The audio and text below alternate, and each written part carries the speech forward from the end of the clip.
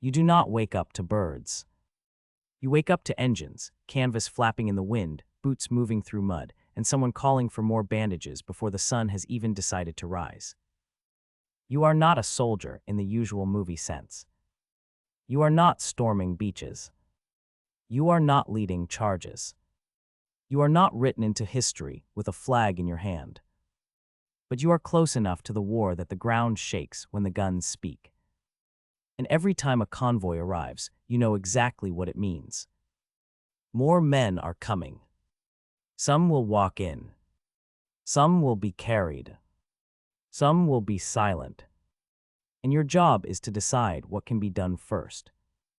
During World War II, more than 59,000 American nurses served in the Army Nurse Corps, and they worked closer to the front lines than Army nurses had before, serving in field hospitals, evacuation hospitals, hospital trains, hospital ships, and as flight nurses. So in this life, you are not watching history from a safe distance. You are inside the machine that keeps people alive long enough to leave the battlefield. Your war begins before you ever see the front. Training is strict. The uniforms are practical. The rules are constant. You learn how to work fast, stay calm, and not freeze when everyone around you is panicking. You are expected to be professional when the world is falling apart. That is the strange cruelty of your role. Other people are allowed to break down. You are supposed to keep your hands steady. When you arrive overseas, the idea of war changes immediately. It is not clean. It is not organized like the maps. It is not dramatic music and heroic speeches. It is waiting. Waiting for orders. Waiting for supplies. Waiting for the next wave of casualties. A field hospital is not a peaceful hospital with polished floors and quiet hallways. It can be tense, temporary buildings, borrowed spaces, muddy ground, poor sleep, limited equipment, and the constant feeling that everything you build may need to move again. You learn the chain of evacuation. A wounded soldier might pass from aid stations near the fighting to field or evacuation hospitals, and then farther back by ambulance, train, ship, or plane if he survives long enough to be moved. The purpose is simple and brutal. Stabilize him, treat what can be treated, and get him to the next level of care.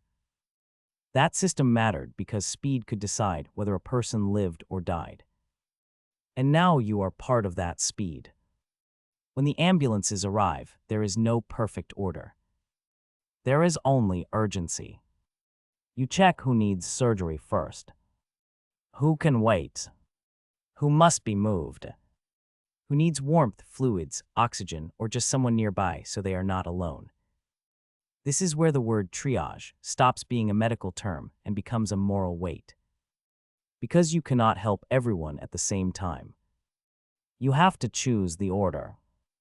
And even when the choice is medically correct, it does not feel clean. The dark joke among exhausted medical staff is that the war never makes appointments. It just shows up at the worst possible time, usually when you have not slept, eaten, or finished the last emergency. Your hands become faster than your thoughts. You pass instruments. You clean wounds without describing them. You prepare patients for surgery. You monitor pulse and breathing. You change dressings. You write records. You comfort the frightened. You help the doctors keep moving. And sometimes the most powerful thing you can do is hold someone's attention long enough to keep them calm. Not because it fixes everything, but because panic burns energy and some men have almost none left. World War II nursing was not only about battlefield injury. Nurses also dealt with illness, exhaustion, infection, tropical disease in some theaters, and the grinding physical toll of war. A National Library of Medicine article notes that nurses worked near front lines, on trains and ships, and as medical transport staff, often under bombs and artillery and in harsh conditions. That is the part people forget. War is not only what happens in battle. War is fever, infection, exposure, dirty water, bad sleep, fear, Waiting too long for evacuation. Waiting too long for medicine. Waiting too long for mourning. But the Second World War is also a turning point in military medicine. Blood plasma improved surgical systems, antibiotics like penicillin, and faster evacuation methods all change the odds. They do not make war gentle. Nothing does. But they mean that some men who would have died in an earlier war now have a chance. And you see that chance every day. You see it when someone wakes up after surgery. You see it when a patient is loaded onto a hospital train. You see it when a letter arrives from someone you thought you would never hear about again. Small victories. Quiet victories. The kind history barely pauses for. In Normandy, nurses arrived after the initial D-Day landings as medical units moved into the beachhead. Reports about Army mobile hospitals describe nurses from field and evacuation hospitals beginning work in Normandy within days after June 6, 1944. That means your life as a field nurse is not separate from the great events of the war. It is stitched directly into them. North Africa, Italy, France, the Pacific, hospital ships, evacuation wards, temporary tents that become the center of somebody's universe for one terrifying night. In every theater, the work changes, but the mission stays the same. Keep them alive. Keep moving. Do not think too long about the ones you could not save, because another ambulance is already arriving. That is where the emotional cost begins. You are trained to work under pressure, but no one can fully train you for the faces. A patient asking about home. A young soldier trying to act brave. A man joking because he is scared. Someone apologizing for being a burden, as if almost dying is bad manners. And you want to say, stop. You do not have to be polite right now, but instead you smile, because your smile may be the only normal thing in the room. This is the strange power you have. You are a nurse, but also a witness. You see the war without the speeches. You see what happens after courage gets hit by reality. And you learn that bravery is not always loud. Sometimes bravery is a nurse working through the night with shaking hands and pretending they are steady. Sometimes it is changing one more dressing when your back hurts. Sometimes it is writing one more name correctly because that name belongs to someone's son. Nurses also faced danger themselves. Army histories describe nurses serving under fire within the evacuation chain, and later reporting has highlighted nurses working in dangerous conditions, including hospital ships and forward medical units. You are not armed. That is important. Your protection is the Red Cross, the rules of war, distance from the worst fighting, and hope that everyone respects what a hospital is supposed to mean. History does not always reward that hope. Some medical units were attacked. Some nurses were captured. Some died in service. The exact experience depends on country, theater, unit, and year, so it would be false to pretend every field nurse lived the same story.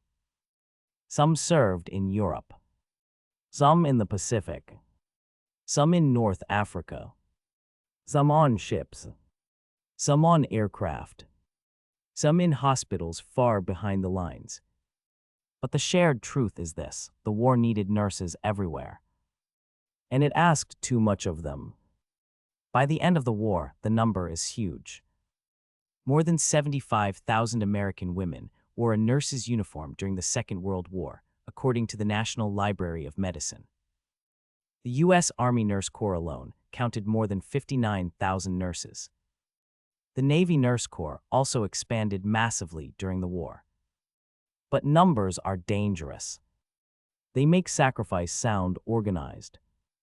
They turn thousands of people into a statistic. So bring it back down. One nurse. One tent. One night.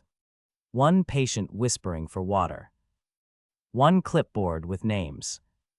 One lamp burning while the rest of the camp is dark. That is your war. Not the war of generals. Not the war of maps. The war of the next breaths. And when victory finally comes, it does not feel like the ending people imagine. There is celebration, yes. There is relief. There is the knowledge that the killing has stopped, at least in that place, at least for now. But you do not simply step out of the hospital and become the person you were before. You have seen too much. You have learned how fragile a body is, how fast a life can change, and how quietly a person can disappear from the world. You have also learned how stubborn life can be. That is the part that stays with you too. The men who lived. The letters that came back. The patients who walked again. The people who got one more birthday, one more dinner table, one more chance to go home because someone in a blood-stained uniform refused to stop working. Your story does not end with a dramatic final battle. It ends in memory. In the smell of antiseptic. In the sound of stretchers. In the habit of waking up quickly. In the knowledge that history often praises the people who fired the weapons, but survives because of the people who treated the wounds. So POV, you were a World War II field nurse. You did not carry the war forward. You carried people out of it.